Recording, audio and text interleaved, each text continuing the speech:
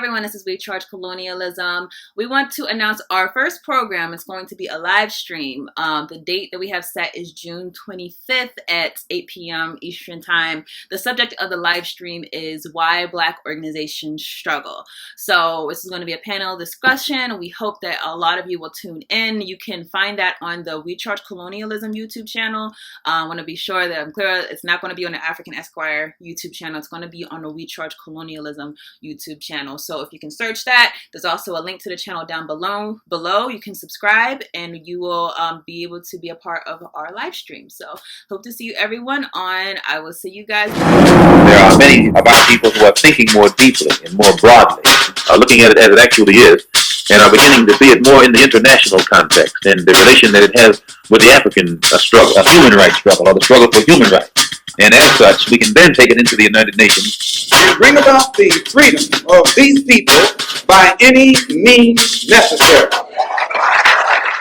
Do solemnly swear to protect the Black nation. To protect the Black nation. Hundreds of protesters dressed in black, armed with assault rifles, and a passionate plea at Stone Mountain Park today demanding the carving of Confederate figures be removed from the mountain. Those figures include Jefferson Davis, Robert E. Lee, and Stonewall Jackson.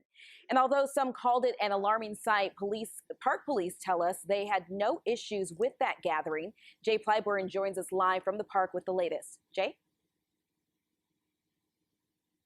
Hey, good evening. It's been an interesting Independence Day here at Stone Mountain, an area which usually sees about 4 million visitors each year, partially because of this unique monument behind me, a Confederate monument at that. And take a look at the video from earlier this afternoon.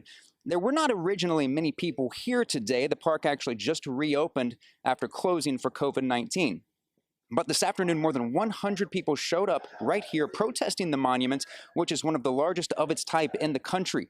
The protesters were heavily armed, but workers with the park's public safety division said they had no issues with the group coming in to exercise their free speech. Hey family, welcome to We Charge Colonialism. We are an organization of Pan-Africanists in the United States who are calling for the recognition that the United States has been colonizing our people at home in the United States and abroad, and obviously at our real home, that is in the African continent. So if you are interested in joining our efforts, we have a website, wechargecolonialism.org, and you can find out more about our organization if you'd like to join us and join the fight and be active. You can sign up to be a member on our website, or if you want to just get updates from us, you can also do that via our social media or Facebook, or you can also just send us an email and let us know that you want to keep up with us. So I wanted to talk about this topic, and someone actually requested me to talk about this on my channel, African Esquire TV, and so I felt like it was a good topic to discuss. Many of you probably saw on the 4th of July, there was a very, very bold demonstration of Black people who were armed, and they were a group called NFAC, which stands for the Not Effing Around Coalition. So I want to say a number of things about the demonstration. One, I thought it was very productive because more and more the white establishment is seeing that not all Black people are this monolith that is painted. The monolith being painted is that all of us believe that the only way for us to get freedom is through die-ins or sit-ins or boycotts, and no one is willing to defend themselves. No one's willing to defend their family. We're all essentially there to be walked on or stepped on. Now, I'm not going to criticize anyone who does, peaceful protests, but I certainly won't criticize anyone who demonstrates and says that if you do something to me, I will defend myself. So that was very important to be clear to the nation. You cannot paint us one way. You cannot assume that we're all going to comply with the system of white supremacy and that we're willing to let our loved ones die and not have anything to do as you won't have a ramification for those deaths. That was an important showing. So, I certainly think that things like this need to happen more. Again, you can have your die-ins. I personally really do not like those protests, to be honest with you. The idea that I'm going to stand up against police brutality by laying on the ground and pretending to be dead. I personally am not a fan.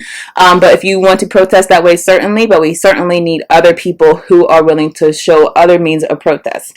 So that's one thing I wanted to point out about the actual actions. And I was very, encouraged by the words of the people. I think that this shows, however, that there's such a bias in the typical mainstream media, and really by a lot of people who identify themselves as being a part of Black Lives Matter.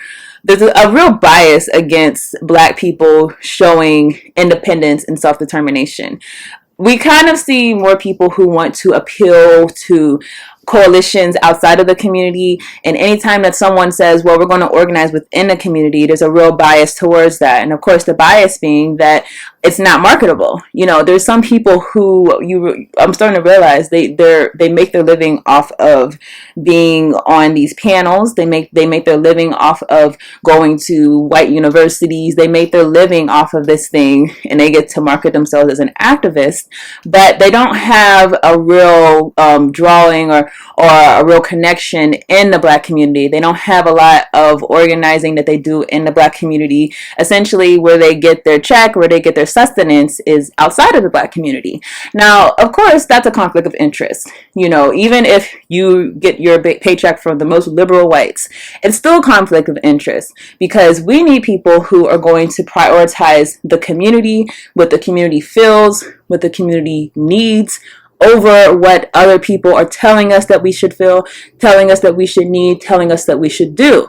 So the idea that you're going to help Black people from the paternalistic liberal platforms, and from there, that's going to help us and trickle down to us. It literally is kind of like a trickle down economics theory to me. It's just not proven. We've seen this happen many times, and it always turns out the same. Eventually, those liberals are going to go into a different issue. Eventually, they're going to talk about something else. Eventually, there's going to be some other movement, and your Black self is going to be left behind while these people have moved on to other things. Meanwhile, the people who you weren't willing to organize with, the people who you weren't willing to engage with in your own community, are still in the same condition. We're still being killed by the police. We're still being killed by each other. We're still being killed in the prisons. We're still being killed in the hospitals. We're still being killed. We're still left in poverty. So while these issues can be trendy, and I say that to say, let's keep in mind, earlier, prior to Ahmaud Arbery, but really prior to George Floyd, people weren't really showing out like that for Black Lives Matter, not for a while. Things had died down. The people who were standing by your side before, they had left. They had been on to other issues, Not saying that those other issues aren't important. I don't think that things like, sexual harassment are not important. Certainly they are. But what happened to the same energy being given to us whenever we were talking about things meaning life or death for our people? The fact that, last big one I really can remember was probably Mike Brown. And then, of course, there's been other police killings. But, after the Ferguson uprising, we saw a lot of the dialogue dwindle. And then after that, you kind of seen the people turn their attention to other issues. And now that, something becomes popular, everyone wants to flock back. Well, guess what? We're in the exact same position that we were in when you left us. So that's why we cannot base our organizing, we cannot base our dialogue, we cannot base our actions on a white platform, a white backing, a liberal, a liberal way of doing things, I guess is the word I'm trying to use, because essentially those people are not going to be left with these issues whenever it's not popular anymore. So I'm saying that to say, a lot of those people with this NFAC coalition, a lot of those people who get their sustenance from the outside community were very critical, and they were very quick to distance themselves from our brothers and sisters who were demonstrating with weapons. And what does that tell you? It's one thing to say, okay, cool, you protest this way and we'll protest that way. But what I noticed on the internet is a lot of Black Lives Matter people saying, hey, don't paint these NFAC, don't paint them as Black Lives Matter. Not everyone who's Black and has a rally is Black Lives Matter. They're doing something different. We're doing this. That quickness to distance themselves from those people who were doing something completely legal. It's not like they went out and were harming people. They weren't even threatening people. They were saying that we're going to protect ourselves. We're going to practice our right to self-defense, which, last time I checked, is in the Constitution of the United States. So they said nothing illegal, although I think all of us should know by now, while it's not illegal for Black people to defend ourselves, in writing, it's an unwritten rule. And we know that this is the case because of how the power structure treats us whenever we do exercise our right to self-determination or our right to defend ourselves. We know that these are unwritten rules. Black people, you are not allowed to defend yourselves. Black people, you are not allowed to organize among yourselves to defend yourselves. That goes against the interest of white supremacy. And so if you do those things, we will do what we can to silence you, even though we won't do it outwardly because we would face ramifications, because that Constitution that we wrote says that, hey, everyone has a right to defend themselves. So that's the unwritten thing, that we won't hear, the power structure say. But, as far as the writing, our people should see. It says in the Constitution, you have a right to defend yourself. You have a right to bear arms. And those people were completely demonstrating within their rights.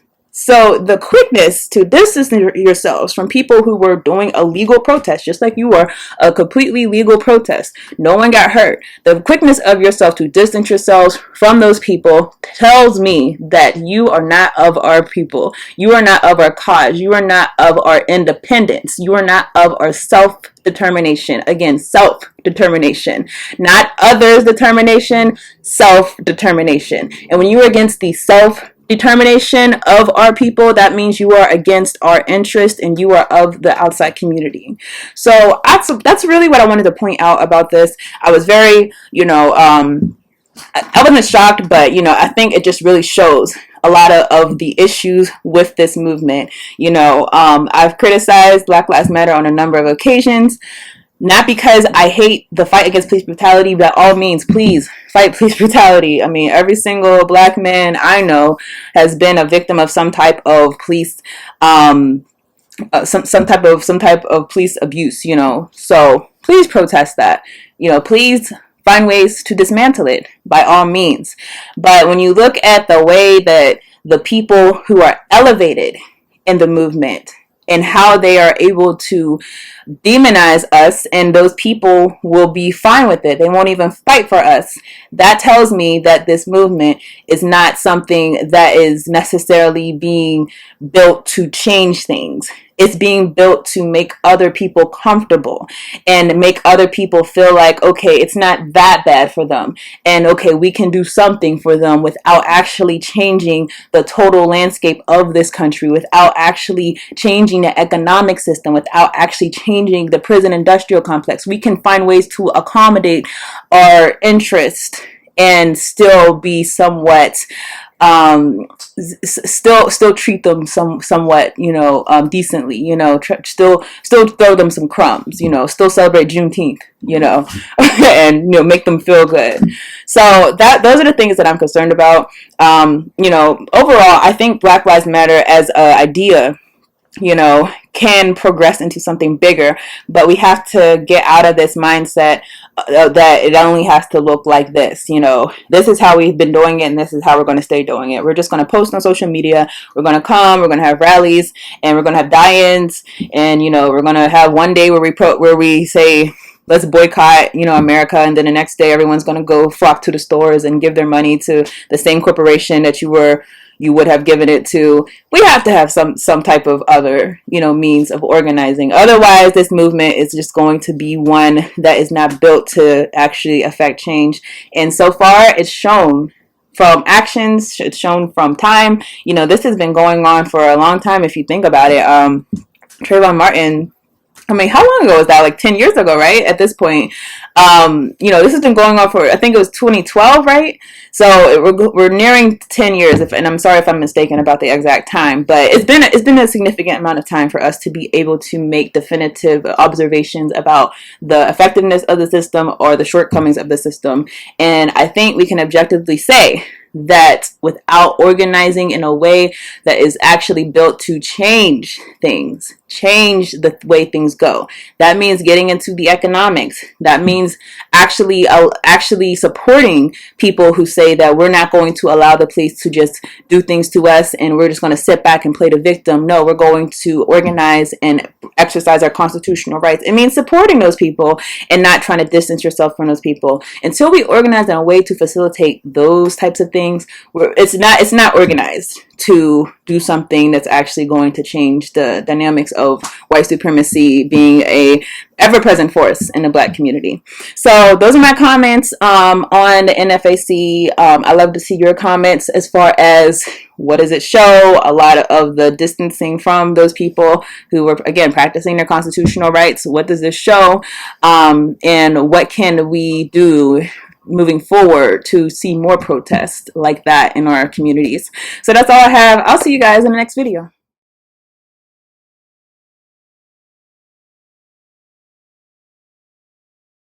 The Justice Bank. So what is the Justice Bank? I've talked before about the fact that we were trying to do a bail project, but we ended up deciding to do a mutual aid fund. The Justice Bank initiative will essentially take members, and if you would pay a very low monthly membership fee. We're going to keep it low on purpose because we are servicing a people who are the most disenfranchised in this country, the most under attack, and it's not reasonable to expect that there's that someone could pay $30 a month, $50 a month, whenever you are of that group. Now, when you become a member, we're going to have a trial period, maybe say after 3 or 6 months, whatever, you are eligible to petition us for help with your expenses.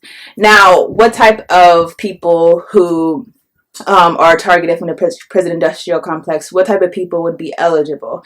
Well, because we're doing a mutual aid society, that would be democratic. What we mean is that if you are a member of the Justice Bank, you would have a say in what types of, let's say, charges or offenses that you want to be covered under the Justice Bank. The idea is that all of us are putting our money in collectively because we are a target of the prison industrial complex. Every single day that we walk out, you as a Black person, you are seen as a criminal in this country, and that is a fact. And we want to offer a type of protection for our people. And almost like an insurance policy, honestly.